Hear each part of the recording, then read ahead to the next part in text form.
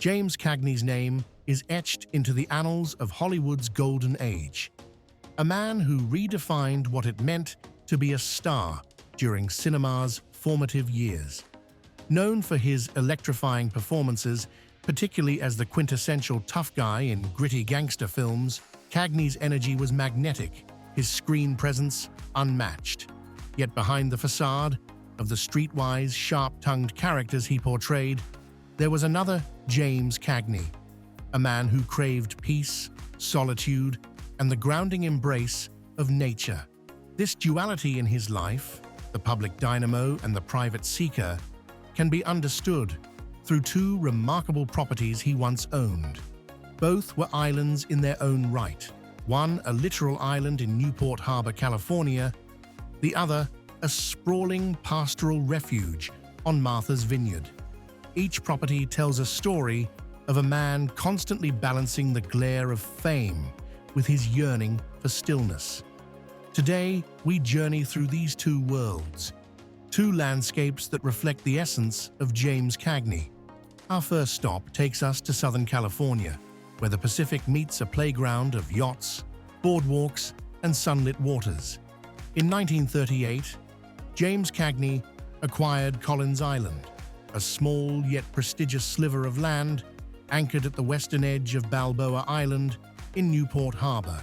Local lore whispers that Cagney may have won this island in a high-stakes poker game, a fitting legend for a Hollywood icon known for his sharp wit and risk-taking spirit. Whether fact or fable, what's undeniable is that Collins Island became one of Cagney's prized possessions for a decade before he sold it in 1948. Today, a home that stands on that very island, a property carved from the land Cagney once called his own, has hit the market for an astonishing $10 million. While its 3,116 square feet may seem modest by celebrity standards, its allure lies not in sheer size, but in its masterful embrace of light, water, and modern elegance.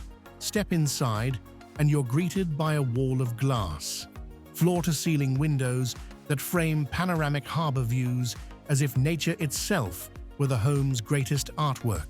Sunlight spills across polished hardwood floors, flowing through living spaces designed for harmony between indoors and out. Here, life unfurls seamlessly from the great room, anchored by a warm fireplace, to generous decks where the horizon stretches in liquid blues and shimmering reflections. Beyond the glass doors lies 140 feet of water frontage, a rare privilege in Newport Harbor, paired with a private pier and a boat slip large enough to cradle a 60-foot yacht. Imagine mornings spent paddleboarding as harbor seals glide past, or evenings under a golden sunset mirrored on the calm waters, where boat parades bring bursts of color and celebration. Inside, the interiors whisper refinement. The kitchen gleams with white cabinetry, sleek counters, and a breakfast bar where conversations flow as easily as the morning coffee. The open concept design brings the kitchen into communion with a dining space and a fire-warmed living room, while another fireplace graces a cozy lounge, perfect for harbor gazing on cool coastal nights. Bedrooms promise serenity, each a personal retreat. The master suite, crowned with its own fireplace, becomes a sanctuary within a sanctuary, while built-in window seats in many rooms invite quiet moments of reflection, spaces where the harbor becomes both view and muse. Living here feels like dwelling inside a postcard, yet it's more than beauty. It's a living fragment of Cagney's legacy, a slice of Hollywood history infused with contemporary luxury.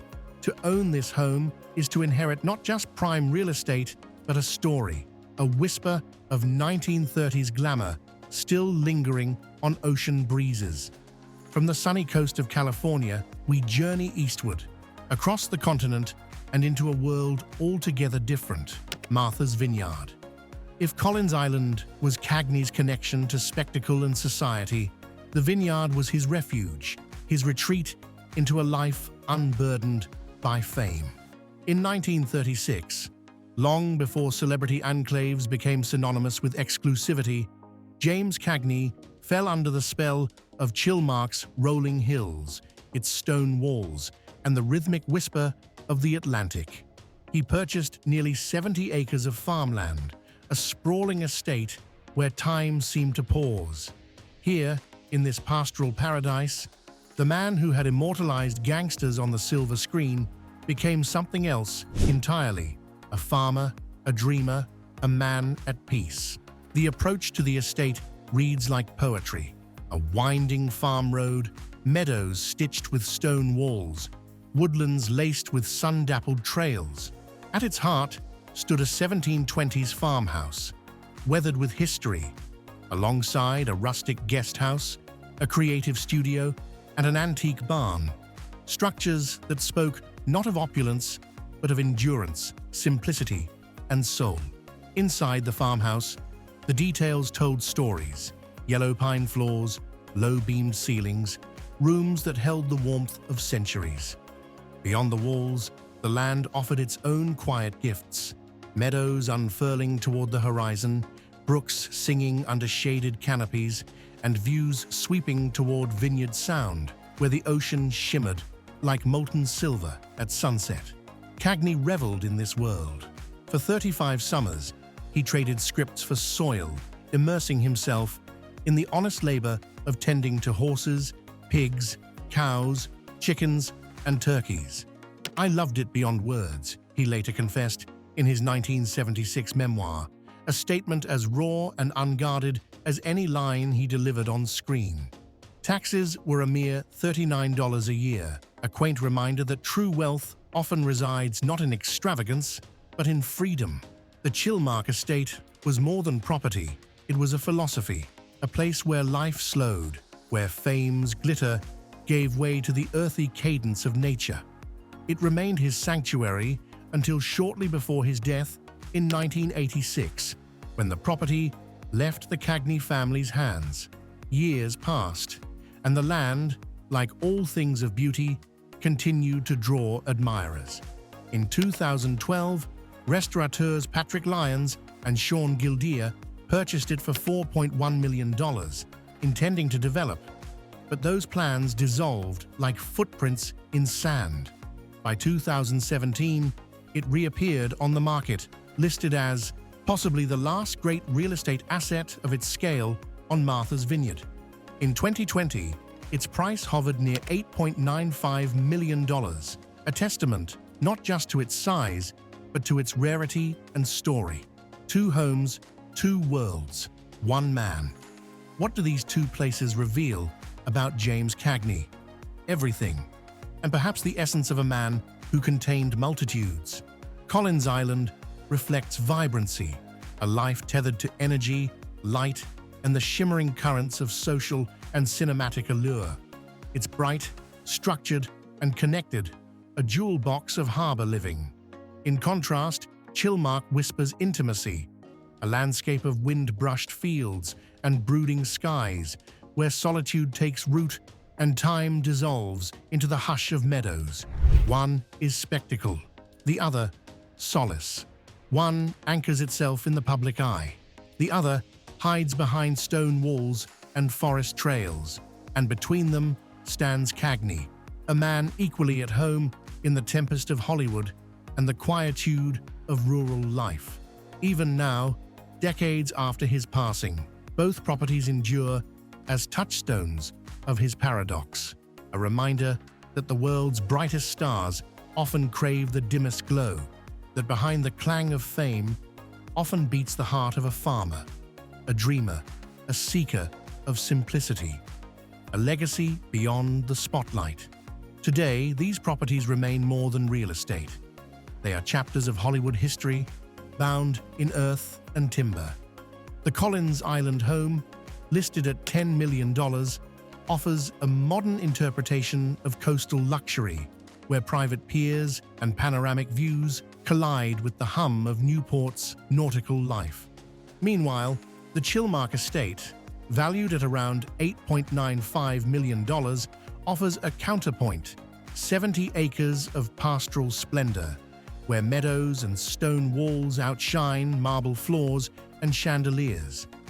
Both homes, in their distinct ways, honor Cagney's legacy, not as a man who simply entertained millions, but as one who sought balance between artifice and authenticity, between the roar of applause and the quiet murmur of a stream. So, which side of Cagney's world would you choose? Would you surrender to the California sun, where every day feels like a postcard of harbor life, paddleboarders gliding past, sailboats sketching lazy arcs against a sky aflame with sunset? Or would you claim the chill-marked sanctuary where mornings smell of fresh hay, afternoons hum with cicadas, and twilight spills over fields like liquid amber? Either way, you wouldn't just be buying a home, you'd be stepping into a living story, one woven by a man whose life, like his legacy, defies easy definition. A story that, even now, whispers through the crash of Pacific waves and the hush of vineyard meadows. James Cagney lived large, but he dreamed simple, and in these places, these islands of the heart, those dreams still breathe.